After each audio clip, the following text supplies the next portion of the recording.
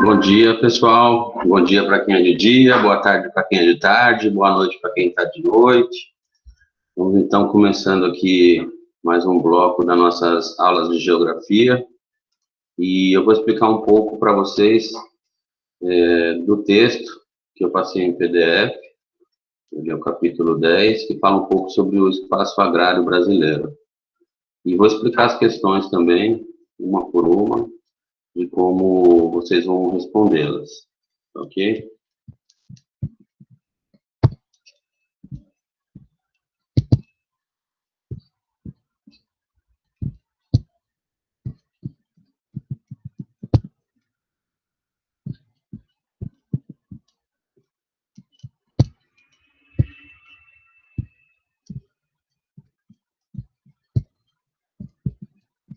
Só um momento.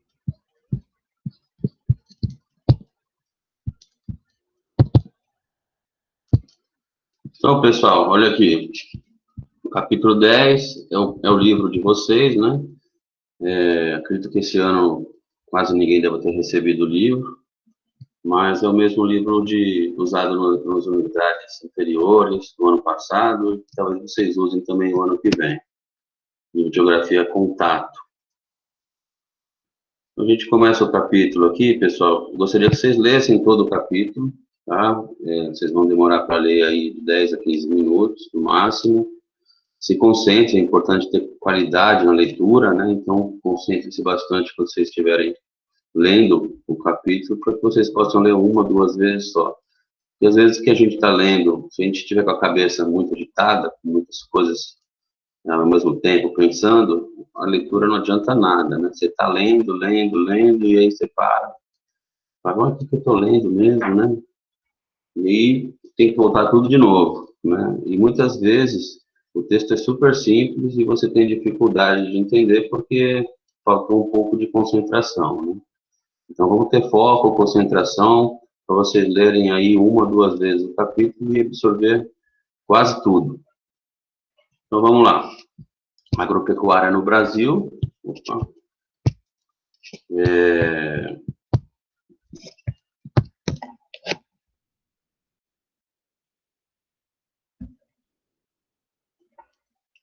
Aqui começa falando um pouquinho sobre como começou, né, a expansão agropecuária no Brasil.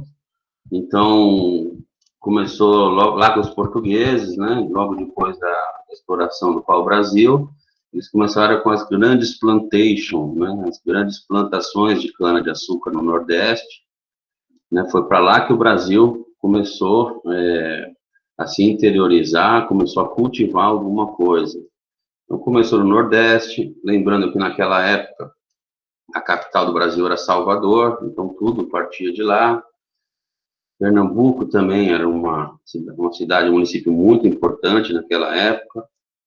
Então, a primeira atividade que gerou renda para os portugueses aqui no Brasil foi a cana-de-açúcar, tá?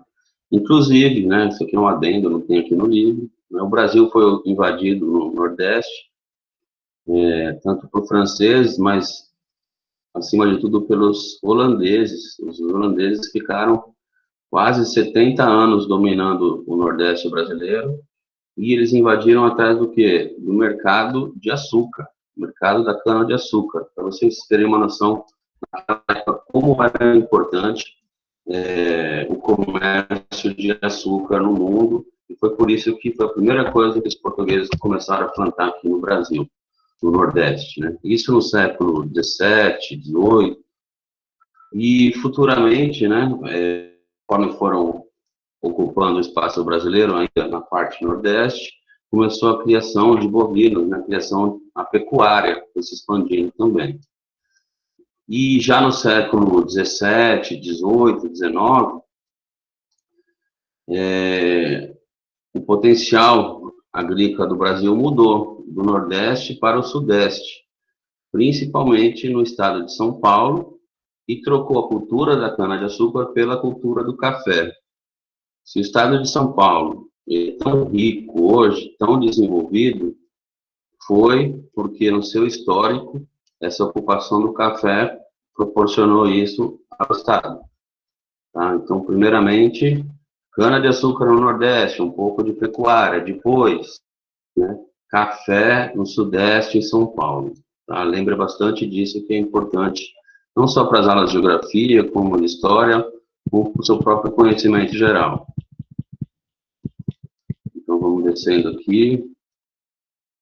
Ah, muito importante aqui, pessoal, quero que vocês se atentem a esses dois gráficos aqui, tá? É um gráfico do PEA, População Economicamente Ativa, então, onde estão trabalhando os fundos aqui do Brasil, e o PIB, que é o dinheiro, né?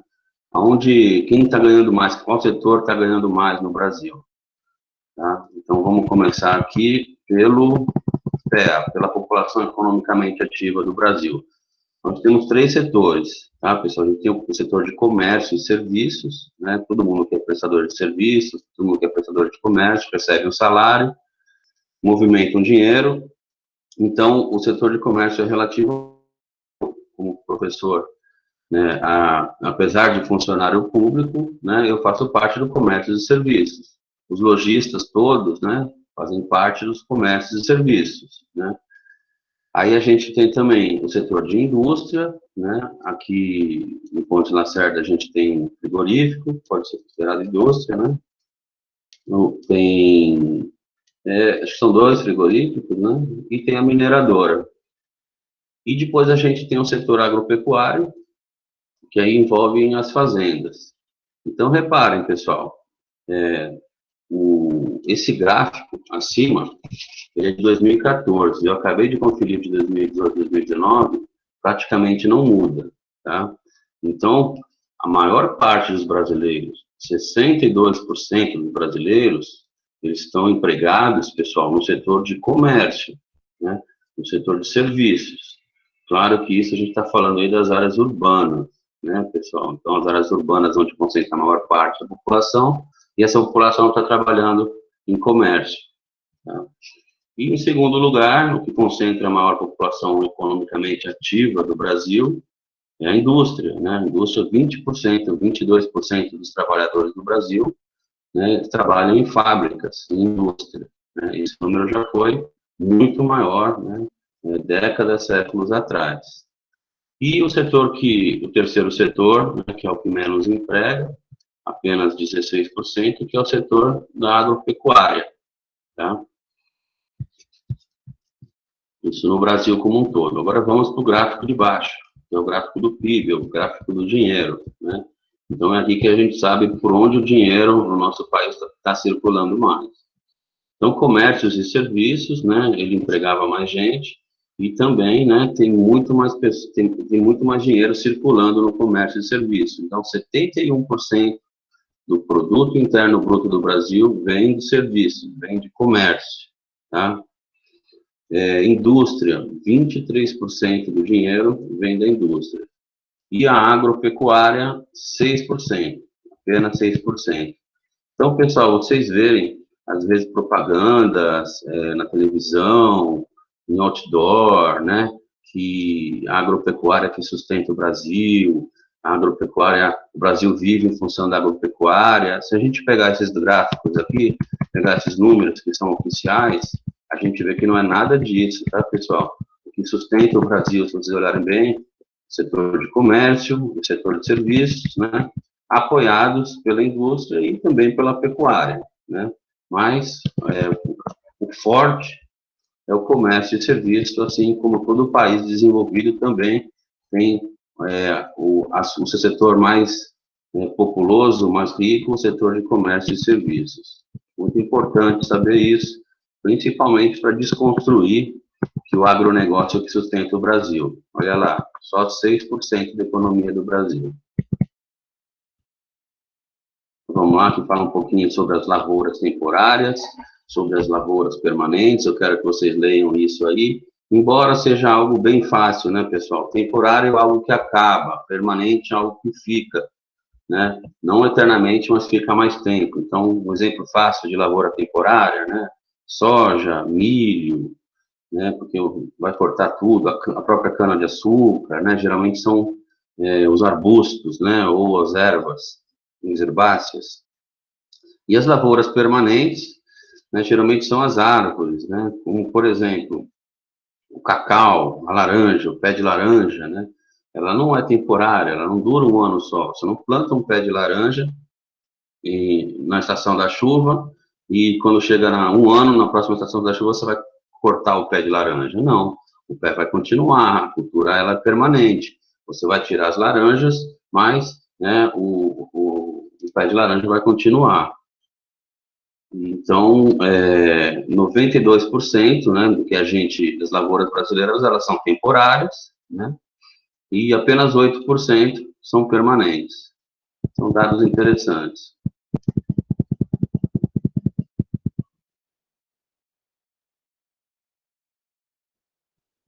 Então, aqui falam também, dá um grande destaque, pessoal, para os nossos produtos, né, aqui que a gente vende no Brasil, quais são os principais produtos do Brasil, né?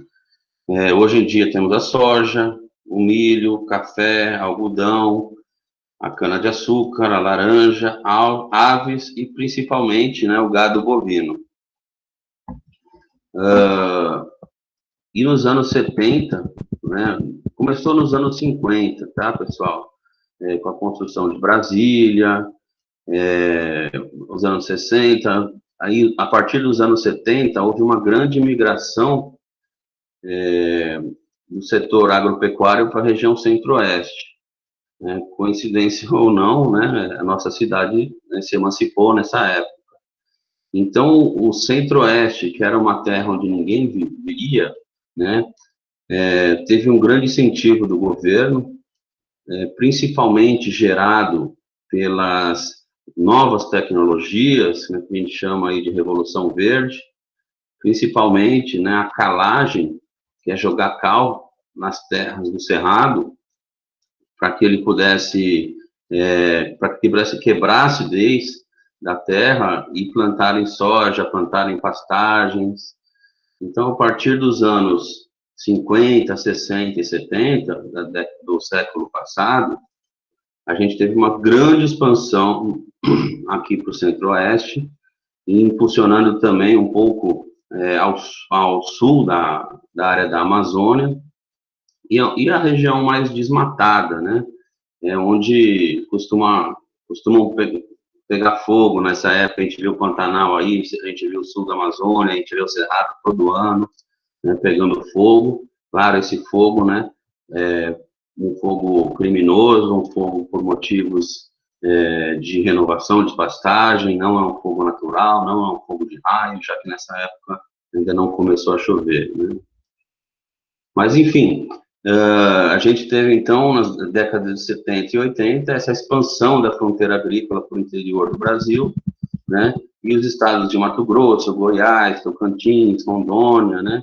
Começaram, então, a fazer as suas grandes plantações, abrir terras, né? Cortar a mata nativa, né? Fazer os seus desmatamentos para que pudessem fazer as plantações. Aí a gente tem também um grande destaque, né, da suinocultura e da avicultura, ou seja, a criação de porcos, né, e de aves em Santa Catarina, principalmente. Lembrando que a criação de porco e de ave não tem nem de perto o mesmo impacto natural que tem a criação de gado, tá, pessoal? Aqui a gente vai ter uns mapas muito interessantes, tá? Para a gente ver a desigualdade de onde são plantados os produtos no Brasil. Essa desigualdade é normal, porque a gente vive num país de extensões continentais, com climas diferentes, que vão favorecer determinados produtos. Então, o primeiro gráfico aqui, a gente vê a soja em 2012, a gente pode ver que o nosso estado aqui é o maior produtor de soja naquele ano, e que as plantações de soja elas se concentram mais aonde? Nos estados do Centro-Oeste e do Sul. Não temos muita soja no Sudeste, também não temos muita soja aqui no Nordeste e no Norte quase nada, né? Cana-de-açúcar, onde está a concentração de cana-de-açúcar no Brasil?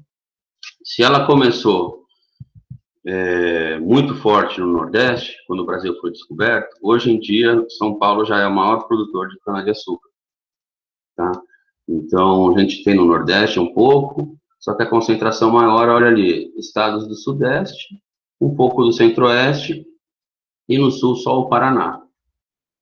Arroz, pessoal, a gente tem arroz em alguns estados aqui do norte, né? Em alguns estados do centro-oeste, mas, acima de tudo, a plantação de arroz é bem concentrada, pessoal, no estado do Rio Grande do Sul, tá? Sul do país, em especial Rio Grande do Sul. Vamos para o milho agora. Olha lá o mapa do Brasil, onde estão as bolinhas do milho, daqui para cá, né? Então, as maiores bolinhas estão daqui para cá. Então, onde é que está a concentração do milho plantado no Brasil, né? Goiás, Minas Gerais, São Paulo e, acima de tudo, os 3 estados sulinos, né? Feijão agora, né? A gente tem pouco feijão no centro-oeste, no norte praticamente nada. A gente tem uma concentração maior no Ceará, aqui se tratando de Nordeste, Ceará, Bahia, Minas Gerais, mas a gente tem uma concentração maior no sul do Brasil. Olha lá, os 3 estados do sul, Rio Grande do Sul, Santa Catarina e principalmente o estado do Paraná. Então, pessoal, falou em feijão, vamos lembrar do Paraná, né? Suínos, concentração de suínos no Brasil, olha lá, nosso estado ganhando destaque aqui, né? Mato Grosso, maior produtor de carne bovina do Brasil. Brasil, maior produtor de carne bovina do mundo, né?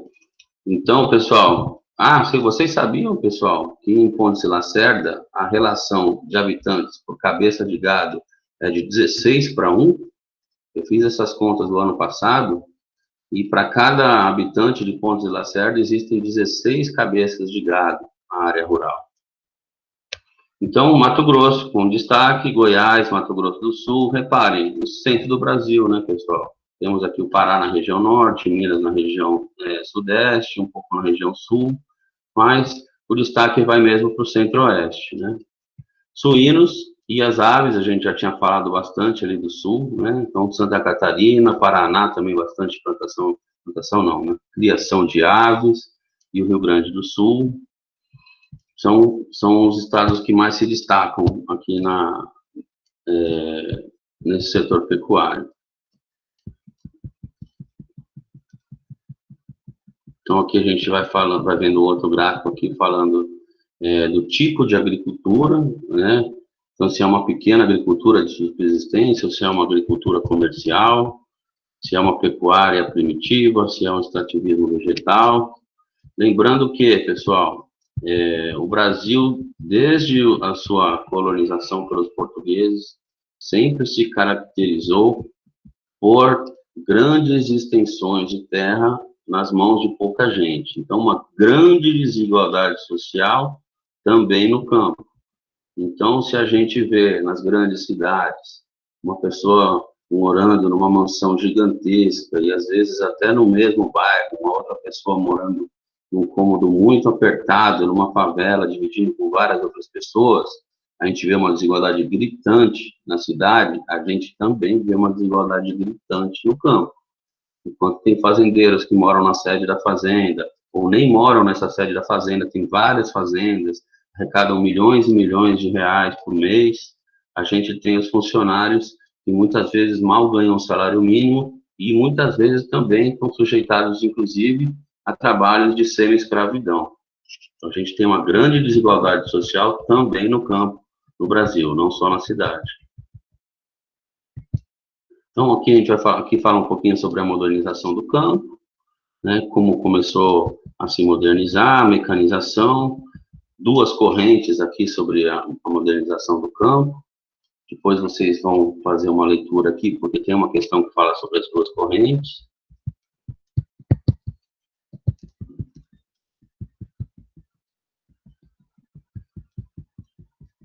Então, falar sobre a modernização na década de 50. E interessante falar aqui, pessoal, que quando o Brasil, né, começou a investir muito mais na interiorização da nossa agropecuária, que começaram a desbravar o cerrado, dar crédito rural, incentivar, esses créditos, eles foram oferecidos muito mais para pessoas que já eram ricas do que para o pequeno proprietário.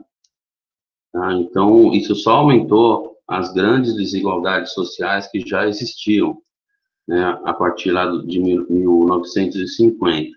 E o que aconteceu, pessoal? O governo incentivava também o tipo de alimento que eles iam plantar. Então, como o Brasil estava muito endividado, em 1950, tinha uma dívida externa muito grande, por vários motivos. Um deles foi justamente a construção de Brasília, né? O Brasil se endividou muito, teve que pegar muito dinheiro emprestado para construir aqueles prédios, né? Aquelas ruas gigantescas, construir uma capital a partir do nada, né?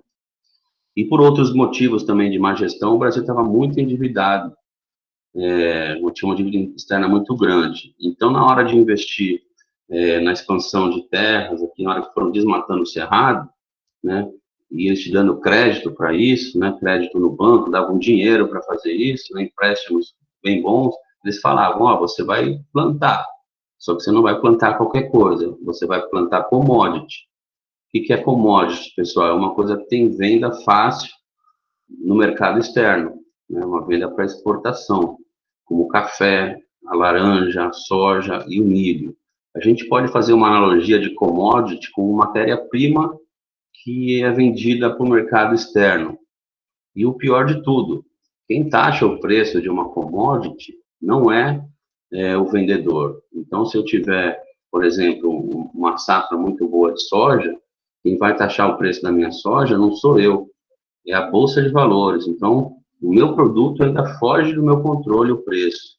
Isso só interessa, pessoal, ao mercado externo. Infelizmente, essa política de commodities brasileira, focada para o mercado externo, só aumentou as desigualdades e traz poucas vantagens para a nossa população.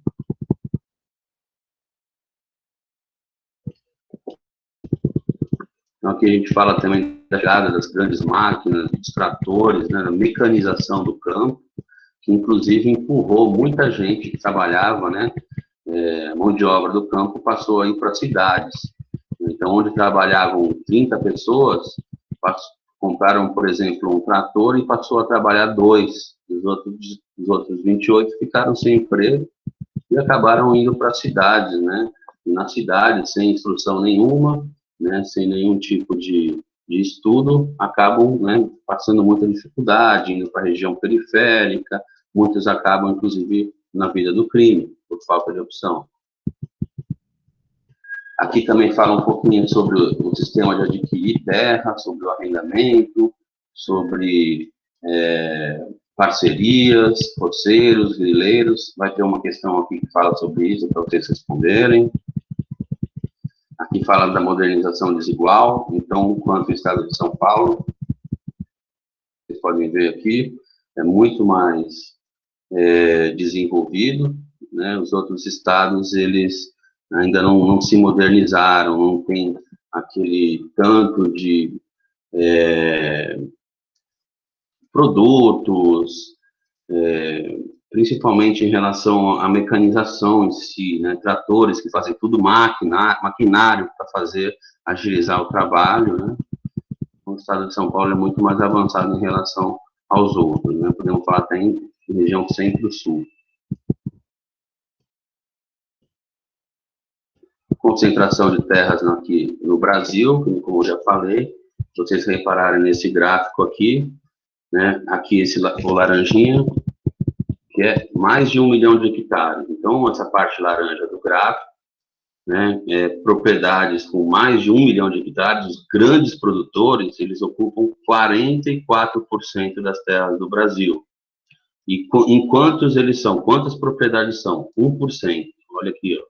Então, 1%, tá, das fazendas do Brasil tem uma ocupação de 44%. Ou seja, o Brasil é um país onde poucos, olha aqui, 1%, tem muito. 1% tem quase metade das terras do Brasil. E por aí vai.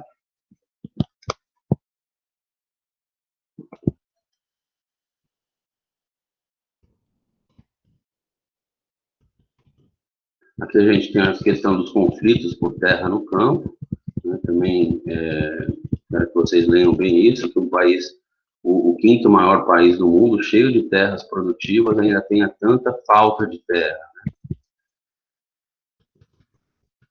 Aqui tem a reforma agrária, aqui já finalizando o capítulo. E, pessoal, a gente vem então nas nossas questões, né? São 11 questões. Aqui também tem uma questão anterior às questões propriamente ditas, referente ao texto, tá? Essa questão aqui da página 257, ela é opcional. Então, se você fizer, você vai ganhar um ponto extra por ela, mas as questões que eu faço, que são obrigatórias aqui, é a questão de 1 até a 11, tá, pessoal? Questão 11, ela é um texto para vocês elaborarem, e as outras são muito simples de responder. Vão bater o olho nelas, vão lembrar do que eu falei agora, vão procurar ali e respondem sem muita dificuldade. Aí a 11, que é de fazer um texto, é uma questão que você tem que pensar um pouquinho mais. E a questão 12, né, a questão 12, ela também é para fazer um texto, fala sobre as comunidades quilombolas do Brasil, e ela também é uma questão opcional, tá? Quem fizer essa questão, eu vou dar um ponto a mais. Então, a gente tem no total 11 questões obrigatórias, sendo a questão 11 um texto, e mais 2 questões opcionais, que cada uma vale um ponto a mais aqui nesse bimestre. Beleza, pessoal? Espero, então, ter ajudado um pouquinho vocês a entenderem um pouco o Brasil rural e explicar as questões. Qualquer dúvida, podem entrar em contato comigo via e-mail ou via o meu WhatsApp. Bom dia, boa tarde, boa noite e até a próxima.